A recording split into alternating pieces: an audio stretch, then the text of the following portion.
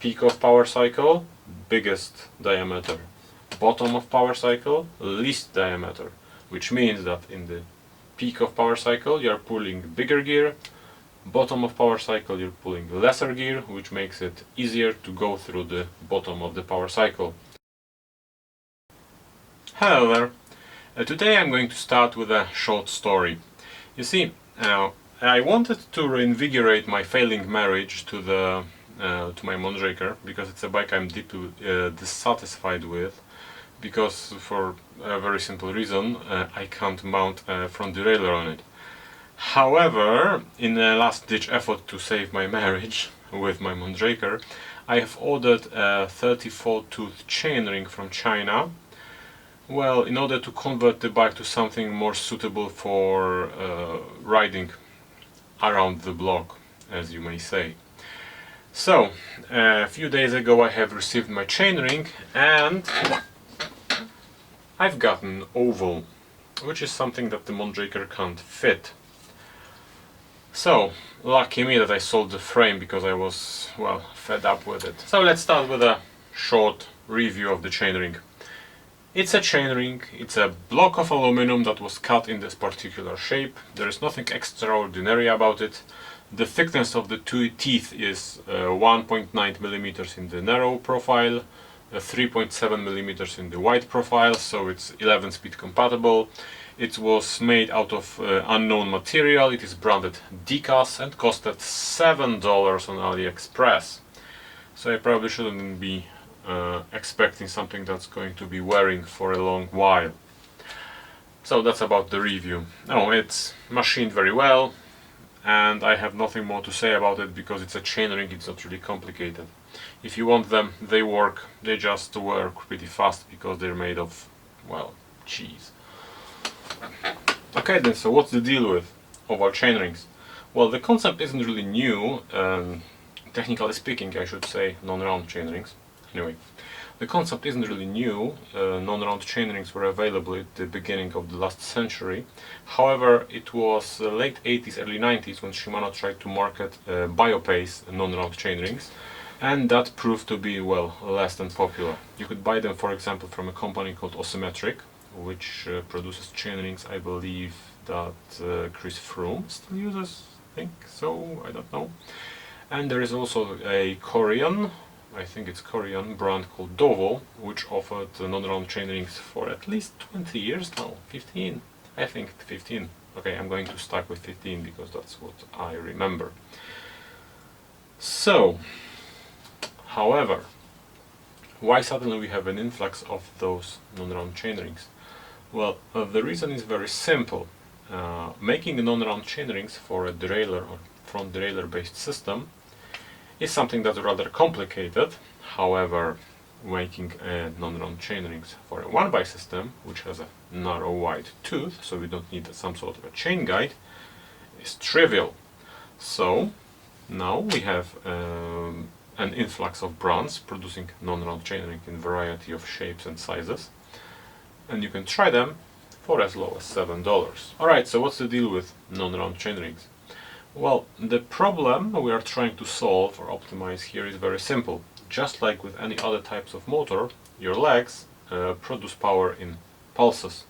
So just like a 4-stroke engine produces power just like in a 1-stroke of its entire power cycle, your legs produce power approximately, if you're pedaling, okay, if you're pedaling, imagine you are pedaling now, so we are going to be this way.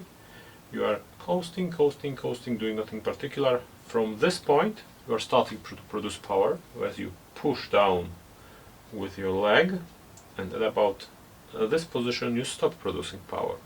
So about a fourth or a third of a entire cycle of your leg around the crank, you're just, well, doing something productive.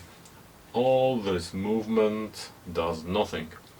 Obviously, you have two legs, so you are producing power in 2 pulses for each rotation of the crank.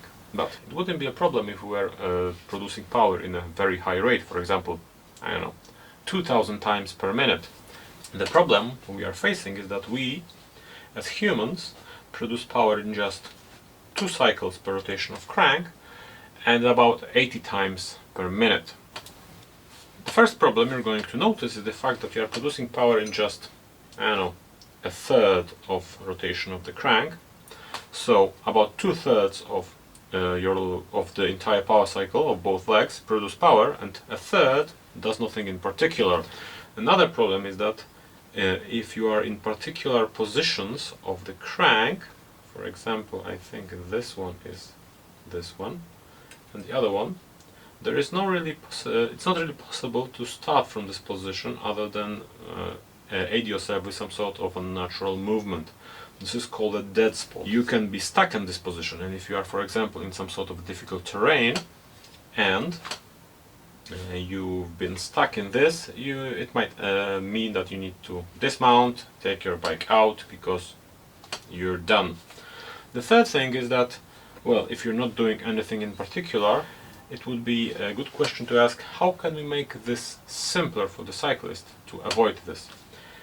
And of course, the reason is simple.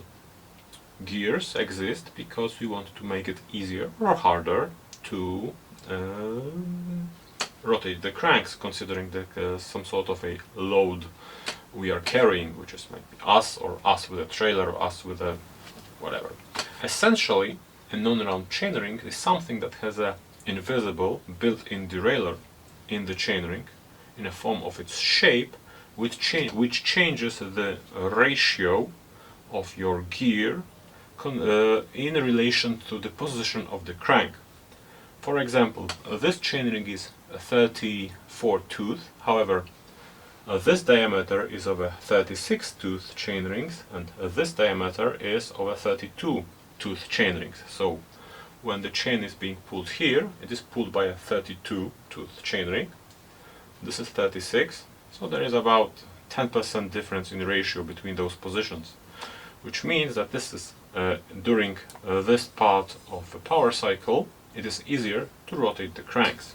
And non-round chainrings make you pull during the peak of a power cycle bigger gear, make you pull a lesser gear in the depth or in the lowest part of the power cycle, and that supposedly makes it easier to pedal, especially during lower RPM situations, so climbing would be some such example, or being in a very difficult terrain.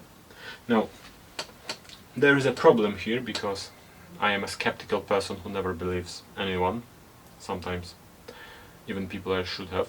Anyway, because obviously it's very easy to make such chain rings, and if you're looking at the marketing of those things, you're going to notice that there are quite a bit of buzzwords being used, because they are eliminating your dead spot. Well, no, they're not eliminating your dead spot, they're just making you pull a lesser gear, so it's easier going through the dead spot, but it's not eliminated.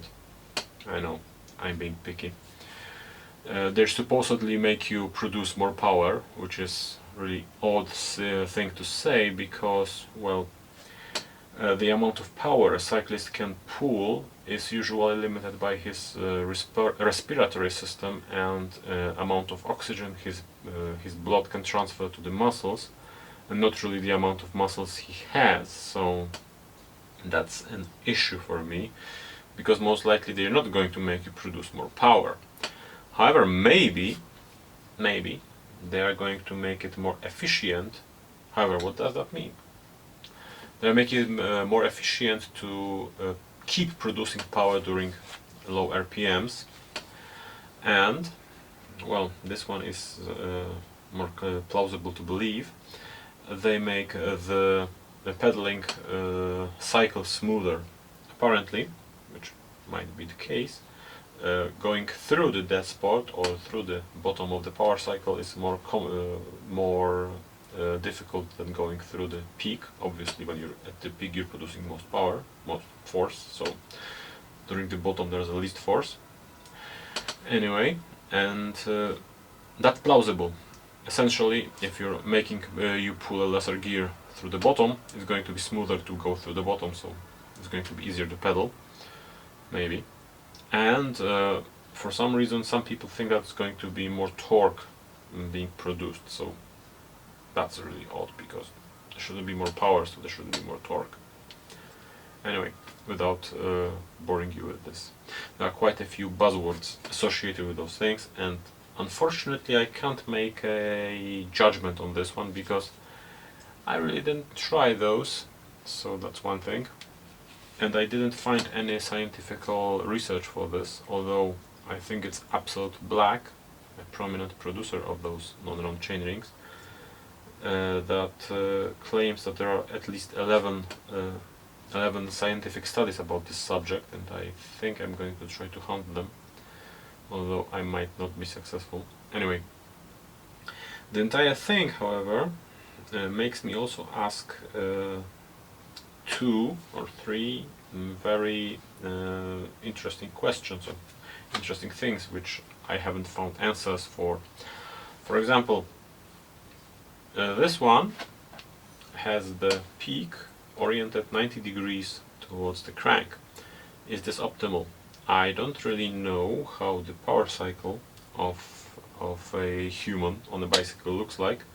However, I am fairly sure that peak power is produced somewhere around here, so I think that this chainring should be timed slightly differently.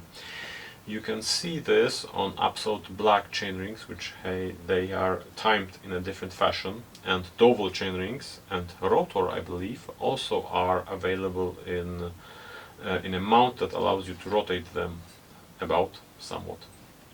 So, is this optimal? Most likely not. Is this optimal for me? Most likely not. Is this optimal for anyone? Possibly. I have no data whether this timing of the chainring is important, on how important it is.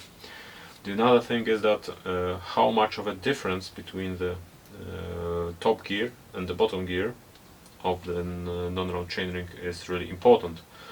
Because, I don't know, 36-32, that's plausible, right?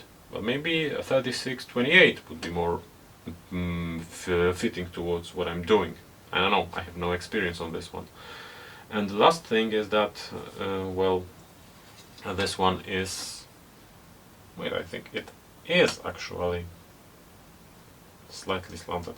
Anyway, this one is symmetrical. Asymmetric chainrings aren't symmetrical. And which one is optimal? Which one produces the best result? I mean, I'm fairly sure that the power cycle of a human being on a bicycle isn't really a perfect sinusoid, so it doesn't really need to be symmetrical. I don't know.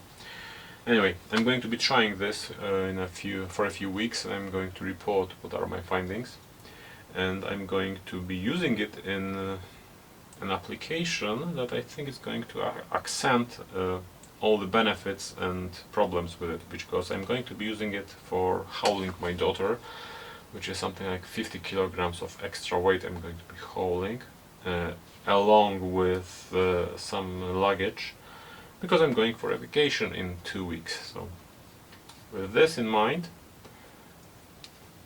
I think I'm going to have a pretty good test sample. I think that's about everything I have to say about this subject for now. Thank you for your undivided attention. I hope this wasn't too long, although I don't really predicted how long this is going to be, because I'm just rambling at this point.